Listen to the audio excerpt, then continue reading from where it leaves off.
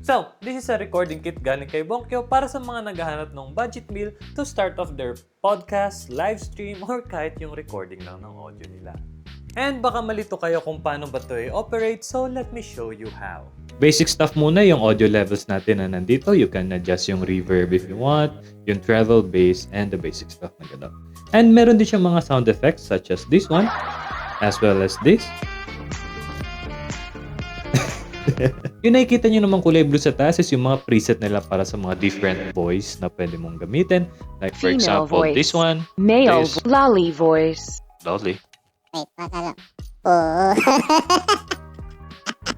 And another thing is may Bluetooth to, so we can do this.